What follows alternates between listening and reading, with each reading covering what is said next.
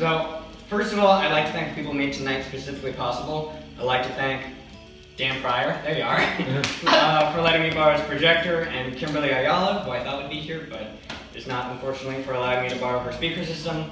Next, I'd appreciate it if we could all thank my grandparents.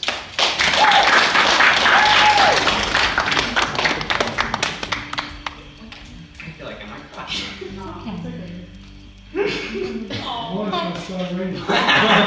Okay.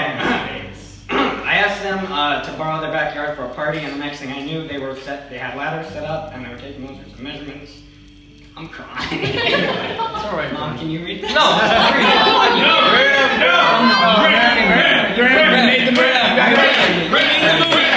All right. So next thing you know, they had all ladders and all that stuff. I already said that. They're putting out chairs, and they had set up not just one but two different screens, both outside and inside, just to be prepared for inclement weather.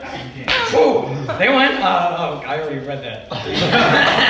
Without my grandparents, there wouldn't just be a party. There would be no movie. Period. They gave up the RV, which they live out of almost half the year, for a couple of movie-obsessed and insane teenagers to ransack and destroy in the name of cinema. They allowed their fridge and pantry to be raided on a daily basis. They dealt with me coming in at any hour to ask questions like, Bobo, where do you keep the RV's owner manual? We need it for a scene in 5 minutes. Or, Pap, can you transform this old microphone into a holder for an external monitor, which he actually did. My grandparents' endless generosity can be summed up in one quick story.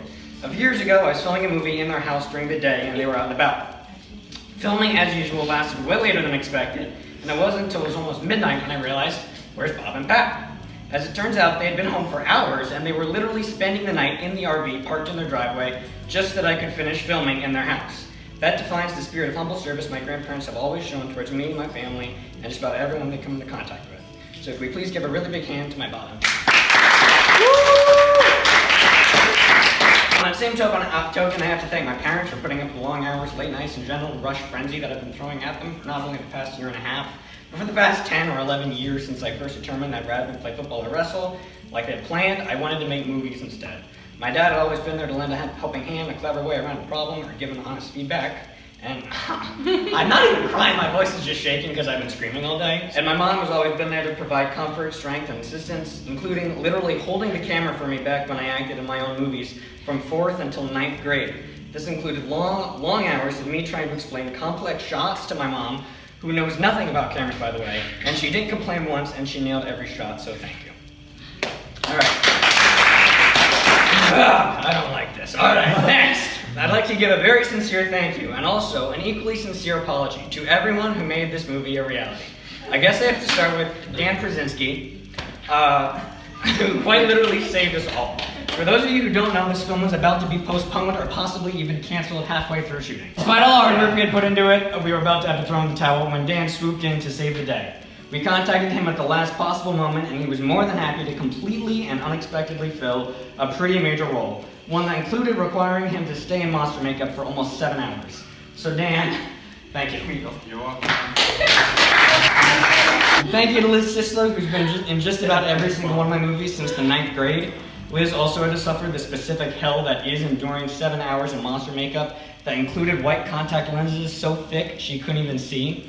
Not only that, but for the very opening shot of the film, Liz had to throw herself down a hill in the middle of the woods over and over and over again. And over and over and over. It doesn't end. And after I seemingly finished the shot, Liz had to restrain herself from killing me when I announced, oops, I forgot the fog machine for that shot. Should we redo it? Everyone around me screamed, no, Graham, we're not redoing that shot. Except for Mike, who stared at me and whispered we should probably redo the shot. So I drove from the woods back here in the back of the woods with the fog machine, had to take another half an hour to lay more extension cords through the woods and fill the fog machine with fog juice, and then I had to ask Liz to throw herself down the same precarious hill about 10 more times. So thank you for not murdering me, Liz. I have to thank Morgan Taylor, who got roped in way over her head. A few weeks before shooting, I texted her and asked, hey, do you think you'd do some monster makeup for an upcoming film of mine? She obviously agreed, but before she knew what she had signed up for, I was asking her to apply this relatively complicated makeup art to multiple actors' faces, well, basically on a countdown clock. Because of the scheduling for this film was so tight, Morgan was really only allotted about half the time she really needed to apply this stuff, and despite the significant time constraints, she did a magnificent job. Not only that, but Morgan also got roped in to be a grip on set. For those of you who don't know, a grip is basically fancy lingo for a person who has to carry lights, extension cords, or any other random crap all over set, hold various heavy objects, and basically keep everything from falling apart. She did a wonderful job, so thank you very much. Next, I have to thank the stars of this film, Tyler McKenzie and Carla Quintanilla. They might be the ultimate examples of being pulled in over their heads. Like Liz, Tyler had been working on pretty much every movie I've made since middle school. So, last spring, when I texted him and said, "Hey, would you and Carla want to star in my first feature?" I'm quite certain he had no idea what he was signing up for. Tyler and Carla agreed to star in my movie, foolishly believing that this would be a fun, educational, or otherwise positive experience. They were sadly mistaken. What they failed to realize was that they were about to spend 12 to 17-hour-long days trapped inside of a cramped, stuffy RV, which itself was inside a dark, steaming hot metal pole building during the dog days of summer, with no AC because that made too much noise, and with a sweaty, smelly director screaming at them the entire time to memorize their lines, and with pretty much only granola bars and bottles of water to serve as granola bars. Worst of all, however, Carla was working the opening shift at Dunkin' Donuts at the time. This meant that she was waking up at around 3:30, if I remember correctly, working until 11, and then coming over here and working her butt off on my movie until past midnight. I remember the last day of shooting, we were out so late that her morning alarm went off on her phone while we were still filming. Thankfully, she didn't have to go into work that morning. Despite all these horrendous working conditions, Tyler and Carla gave truly amazing performances, and I couldn't be prouder of them. They brought their characters to life beautifully, and I thank them so much for that. I have to thank Mike Salvino. I pitched Mike this idea in March of 2017, and we excitedly worked out a lot of the stylistic elements together. In fact, the climax of this film, which is one of my favorite scenes, was entirely his idea. He was by my side throughout the entirety of the filming process, and for every second of misery I endured, he shared my pain, which meant that he spent the entire shoot miserable.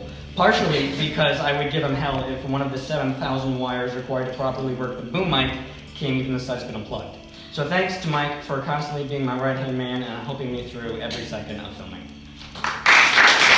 Last person specifically I have to thank is my girlfriend, Mary Dalton. Last April, I told Mary the vague outline of the idea for this movie, and she helped me mold it into an actual story with plot and characters.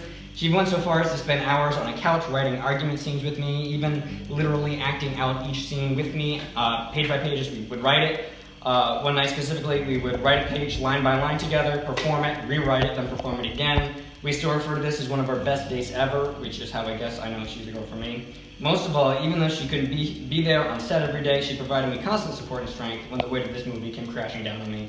Every night I text her about what a disaster the previous 12 hours had been, and what a horrible, horrible movie I'm making, and every night she'd reassure me and make me feel happy and proud of myself. She'd fill me with confidence even when I was exhausted and sad, and that seemed like an impossible task. So for all the comfort, strength, and inspiration, thank you to Mary.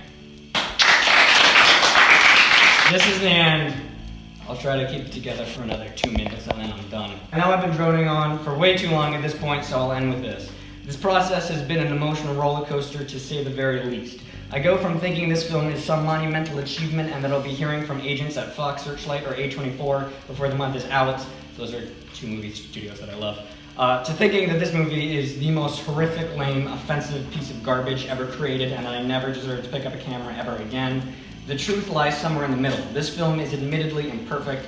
It's got flaws, and lots of them. But despite that, I am so proud of this thing. I'm proud of it because of you guys. I'm proud of it because of the work we all put into it. I'm proud because if I have friends in my life who are willing to put all of their time, comfort, and energy aside in order to work in hellish conditions to create a romantic comedy, horror, action, drama film, then I must be doing something right. I know this sounds stupid because it's just a movie, but to me, it's so much more. It's a symbol of the talent, the hard work, and the love you guys have, and I couldn't be prouder to call you my friends. I've been dreaming of making a feature film ever since the 4th grade, and it's because of each and every one of you that this is possible. I'm not exaggerating when I say I couldn't have done this without you. I've never put more work into anything, probably, ever. I've spent every single day of the past year and a half working on it, and this film, regardless of its quality, is a testament to the fact that if you have the will to make something or do something, you will find a way to make it happen. It will never be easy, but you can do it. You'll just need some amazing people like all of you to help out along the way. And my favorite film of all time is A Wonderful Life. There's a quote that goes, "Remember, no man is a failure who has friends." Through your endless generosity and overflowing support, you've shown me that at least in this regard, this movie has $100 million budget. Thank you. Aww.